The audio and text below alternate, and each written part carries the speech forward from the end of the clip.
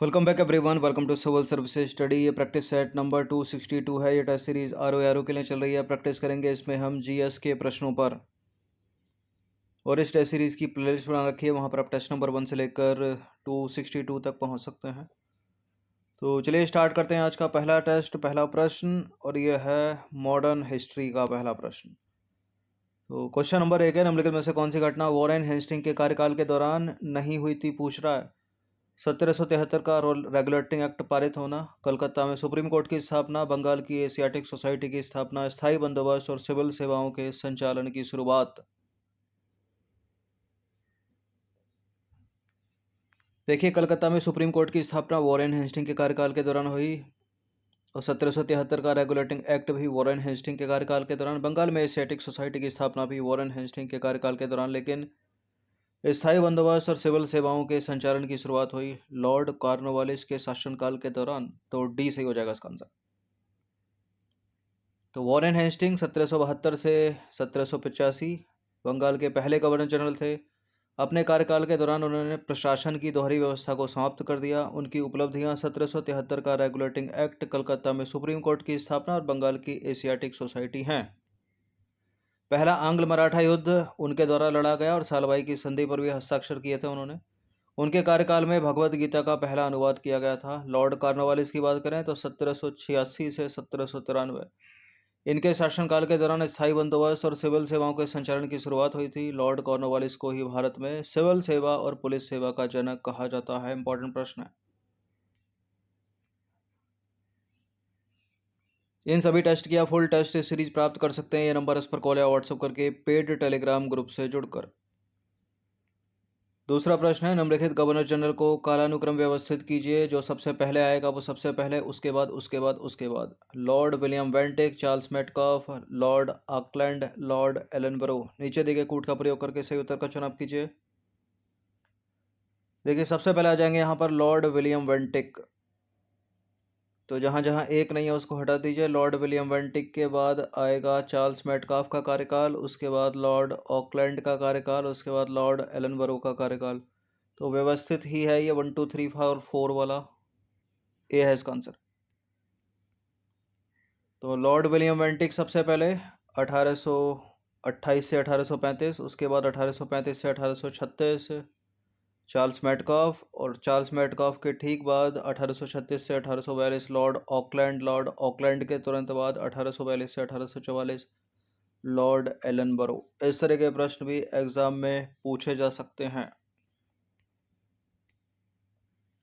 तीसरा प्रश्न है, निम्नलिखित युग्मों पर विचार करेंगे। यह है सिद्धांत और यह है प्रतिपादक। Safety valve theory Lala Lajpat Rai, conspiracy theory Gopal Krishna Gokhale, lightning conductor theory RC. Dutt. Code किस प्रकार का है? केवल एक और दो, एक और तीन, एक दो तीन, तीनों। सेफ्टी वाल्व थ्योरी का सिद्धांत दिया था लाला लाजपत राय ने, ये करेक्ट है। लेकिन कॉन्स्पिरेंसी थ्योरी आर.सी. दत्त की है, और lightning conductor theory Gopal Krishna Gokhale. तो दूसरा और तीसरा मिसमैच है, उसको हटा दीजिए। सही सुमेलित बताना है तो केवल एक ही यहाँ पर सही हो जाएगा। देखिए, प्रमुख मूलभूत सिद्धांत की बात करें तो safety valve theory Lala Lajpat Rai की, conspiracy theory RC. Dutt, lightning conductor theory Gopal Krishna Gokhale. Number 4 पर आ जाइए। कैबिनेट मिशन दिल्ली कब पहुंचा? कैबिनेट मिशन, बेबल योजना, क्रिप्स मिशन, ये सारे के सारे आपको इनकी सन पता होने चाहिए, कौन कब का है। तो 1946 का, 1946 का। तो 45 को हटा दीजिए। 24 मार्च या 22 मार्च? 24 मार्च 1946, ऑप्शन नंबर ए है इसका आंसर। देखिए, कैबिनेट मिशन 24 मार्च 1946 को दिल्ली पहुंचा। इसने भारत में सभी दलों और समूहों के भारतीय नेताओं के साथ अंतरिम सरकार और भारत को स्वतंत्रता देने वाले एक नए संविधान को तैयार करने के सिद्धांत और प्रक्रियाओं पर लंबी चर्चाएं की। पांचवा प्रश्न है, हैदराबाद की स्थापना किसने की थी? मार्तंड वर्मा, जुल्फिकार खान, निजाम उल मुल्क, बुरहान उल मुल्क।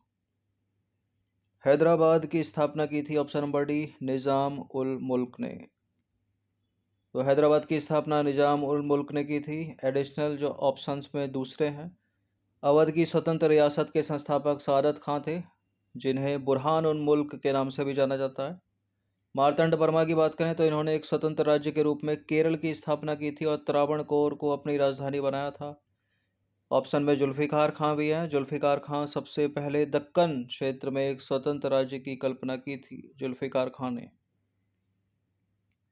नंबर 6 पर आ जाइए। 19वीं शताब्दी में विधवाओं की दुर्दशा में सुधार की वकालत से संबंधित साप्ताहिक समाचार पत्र सत्य प्रकाश को प्रकाशित किया गया था किसके द्वारा? सत्य प्रकाश की बात हो रही है, सत्यार्थ प्रकाश की बात नहीं हो रही। क्या है इसका आंसर? बताइए, ए या सी? इसका आंसर है करसन दास मूलजी, ऑप्शन नंबर सी।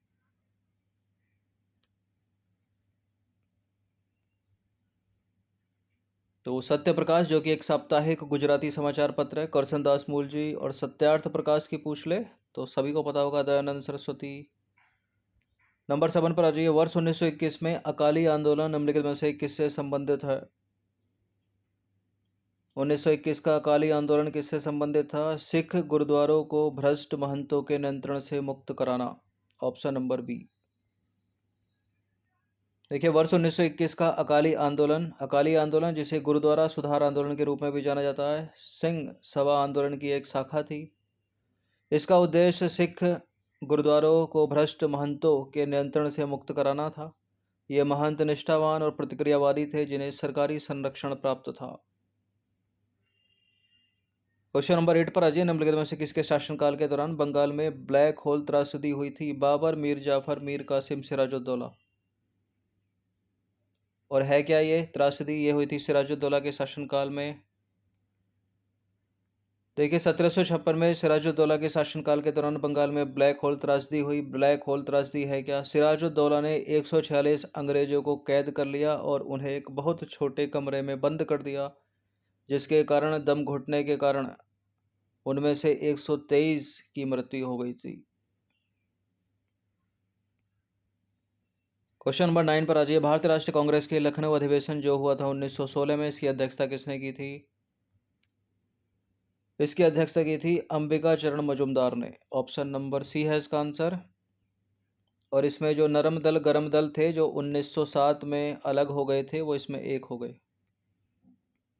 देखिए, भारतीय राष्ट्रीय कांग्रेस के लखनऊ अधिवेशन जो हुआ था 1916 में, इसकी अध्यक्षता की थी एक नरमपंथी अंबिका चरण मजुमदार ने। और इस अधिवेशन में अंततः तिलक के नेतृत्व वाले उग्रवादियों यानी गर्मपंथियों को पुनः कांग्रेस में शामिल कर लिया, जो कि 1907 के सूरत अधिवेशन में अलग हो गए थे।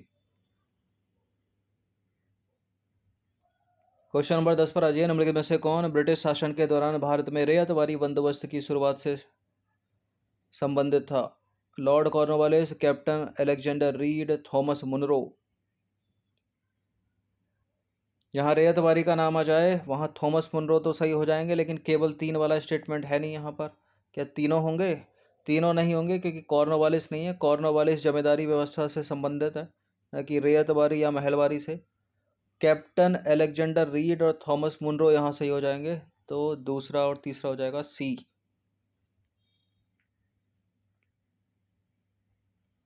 देखिए, अंग्रेजी ईस्ट इंडिया कंपनी द्वारा भारत में शुरू किया गया भूमि बंदोबस्त कुछ इस प्रकार है, जैसे कि स्थायी बंदोबस्त 1793 का। इसकी शुरुआत की थी लॉर्ड कॉर्नवालिस ने। तो पहला वाला हो गया गलत, क्योंकि वहाँ पूछ रहा है रैयतवारी के बारे में। राजाओं, ये क्या था? राजाओं तालुकदारों को जमींदारों के रूप में मान्यता दी गई और किसानों से लगान वसूल करने और कंपनी को राजस्व देने के लिए कहा गया। भुगतान की जाने वाली राशि स्थायी रूप से निर्धारित की गई थी स्थायी बंदोबस्त में। इस चीज़ को याद रखिएगा। यूपीएससी स्टेटमेंट बनाकर पूछती है कि अस्थायी रूप से निर्धारित की गई थी, जबकि गलत है, स्थायी रूप से निर्धारित की गई थी। इसके बाद रैयतवारी की बात करें तो 1820 में इसकी शुरुआत दक्षिण भारत में कैप्टन अलेक्जेंडर रीड और थॉमस मुनरो ने की थी। तो दूसरा तीसरा सही है। रैयतवारी प्रणाली ने सरकार को राजस्व वसूलने के लिए सीधे किसान से संपर्क की अनुमति दी और किसान को खेती करने के लिए नई भूमि छोड़ने या प्राप्त करने की स्वतंत्रता भी दी। महलवारी बंदोबस्त की बात करें 1822। देखिए, यह उत्तर पश्चिमी प्रांतों जैसे कि अवध, आगरा और पंजाब के क्षेत्र इसमें शामिल थे। होल्ट मैकेंजी द्वारा तैयार किया गया था महलवारी बंदोबस्त 1822 का।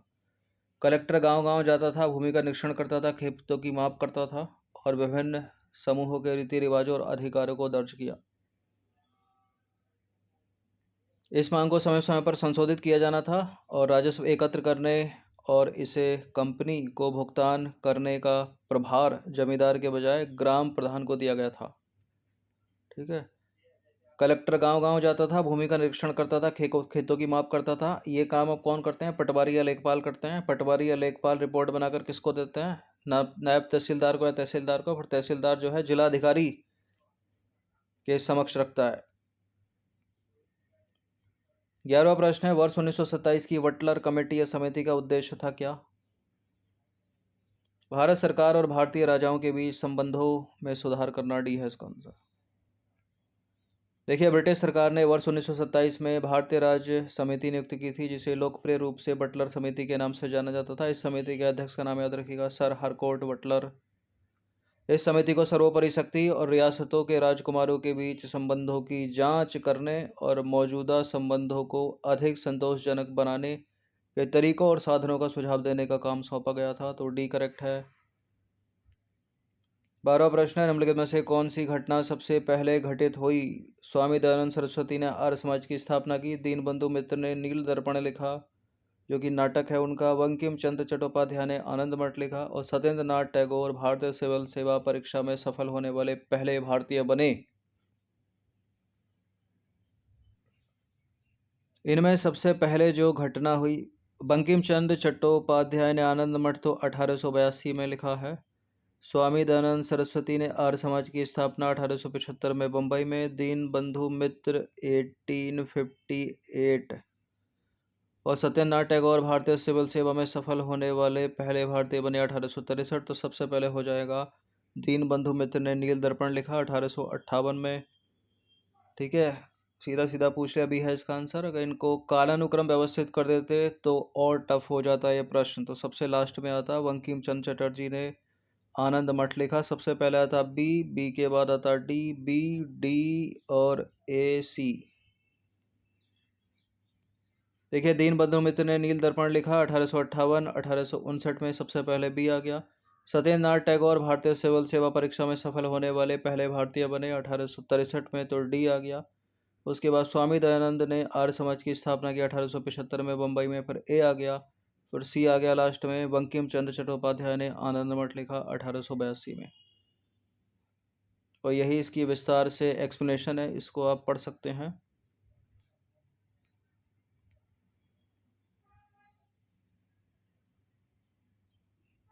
ठीक है। 1863 में ICS उत्तीर्ण करने वाले पहले भारतीय बने थे Indian civil services Satyendranath Tagore. वो परीक्षा कहाँ हुई थी? इंग्लैंड में हुई थी। क्वेश्चन नंबर 13 पर आ जाइए। महात्मा गांधी ने 1932 में आमरण अनशन किया, जिसका प्रमुख कारण क्या था? क्यों किया था? गोलमेज सम्मेलन भारतीय राजनीतिक आकांक्षाओं को पूरा करने में विफल रहा, इसलिए। कांग्रेस और मुस्लिम लीग में मतभेद हुआ, इसलिए। रैमजे मैकडोनाल्ड ने सांप्रदायिक पुरस्कार की घोषणा की, इसलिए। इस संदर्भ में ए, बी, सी तीनों के तीनों गलत है। देखिए, तीनों तो गलत नहीं है, पहला और दूसरा गलत है, सी वाला सही है। रैमजे मैकडोनाल्ड ने सांप्रदायिक पुरस्कार की घोषणा कर दी थी, इसलिए। 1932 में दूसरे गोलमेज सम्मेलन के बाद रैमजे मैकडोनाल्ड ने सांप्रदायिक पुरस्कार की घोषणा की, जिसके अनुसार दलित वर्ग को अलग निर्वाचक मंडल प्रदान किया गया। महात्मा गांधी ने इस कदम को भारतीय राष्ट्रवाद पर हमला माना, इसलिए महात्मा गांधी ने भूख हड़ताल पर जाने का फैसला किया और दलित वर्ग के लिए अलग निर्वाचक मंडल के प्रावधान पर आपत्ति जताई।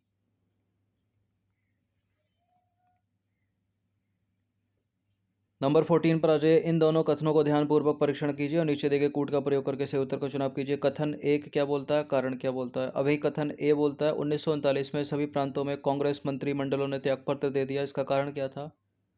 द्वितीय विश्व युद्ध के संदर्भ में जर्मनी के विरुद्ध युद्ध की घोषणा करने के वायसराय के निर्णय को कांग्रेस ने स्वीकार नहीं किया था, इसलिए। बिल्कुल कारण सही है। कारण अभिकथन की व्याख्या भी करता है, तो ए और आर दोनों सही हैं और आर ए का सही स्पष्टीकरण है, ए है इसका आंसर।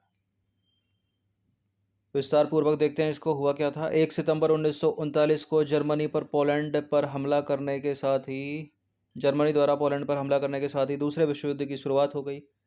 इसके बाद अंग्रेजों ने जर्मनी के खिलाफ युद्ध की घोषणा कर दी और भारत को भी बिना उसकी परमिशन के युद्ध में शामिल कर लिया। भारतीय राष्ट्रीय कांग्रेस ने वायसराय के इस निर्णय पर आपत्ति जताई, तो कारण आर सही है। इसके बाद हुआ क्या, 23 अक्टूबर 1939 को कांग्रेस के प्रांतीय मंत्रियों ने अपना इस्तीफा दे दिया। तो अभिकथन ए सही हो गया। और वायसराय लेने लिथगो और मोहम्मद अली जिन्ना दोनों ही इससे खुश थे। ठीक है, जिन्ना तो चाहते ही थे अलग पाकिस्तान बने। ये तो 1942 के भारत छोड़ो आंदोलन के भी खिलाफ थे। ये सोचते थे कि अंग्रेज अगर भारत से चले गए तो हिंदुओं के द्वारा मुसलमानों को प्रताड़ित किया जाएगा। 2 दिसंबर 1939 को जिन्ना ने एक अपील के माध्यम से भारतीय मुसलमानों से 22 दिसंबर 1939 को मुक्ति दिवस के रूप में मनाने का आह्वान किया। इस संदर्भ में ए और आर दोनों सही हैं और आर ए का सही स्पष्टीकरण भी है, तो विकल्प ए सही हो जाएगा इसका आंसर। नंबर 15 पर आ जाइए। सर स्टैफोर्ड क्रिप्स की योजना में यह परिकल्पना की गई थी कि द्वितीय विश्व युद्ध के बाद स्टैफोर्ड क्रिप्स यानी क्रिप्स मिशन है ये, भारत को पूर्ण स्वतंत्रता दी जानी चाहिए। देखिए, स्टैफोर्ड क्रिप्स हो गया उसका क्रिप्स मिशन, अगस्त प्रस्ताव हो गया, नेहरू रिपोर्ट हो गई। ये भारत को औपनिवेशिक स्वराज देने की बात कर रहे थे, यानी डोमिनियन स्टेटस, ना कि पूर्ण स्वराज। तो इसको तो हटा ही दीजिए, भारत को डोमिनियन का दर्जा दिया जाना चाहिए, ठीक हो जाएगा।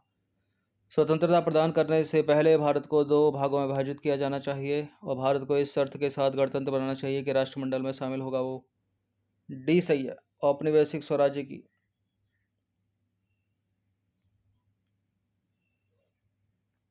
देखिए, सर स्टैफोर्ड क्रिप्स की अध्यक्षता में क्रिप्स मिशन 1942 में ब्रिटिश सरकार द्वारा द्वितीय विश्व युद्ध में भारत के सहयोग को सुनिश्चित करने के लिए भेजा गया था। क्रिप्स मिशन का प्रस्ताव था कि भारत को यूनाइटेड किंगडम से जुड़ा डोमिनियन का दर्जा दिया जाएगा। इसके अलावा इसने द्वितीय विश्व युद्ध के बाद भारत में डोमिनियन हेतु संविधान तैयार करने के लिए संविधान सभा की स्थापना पर भी सुझाव दिया था। तो डी करेक्ट हो गया। मौलाना अबुल कलाम आज़ाद जवाहरलाल नेहरू भारतीय राष्ट्रीय कांग्रेस के आधिकारिक वार्ता थे और क्रिप्स मिशन पर बातचीत विफल रही और अंततः भारत छोड़ो आंदोलन की शुरुआत हुई 1942 की।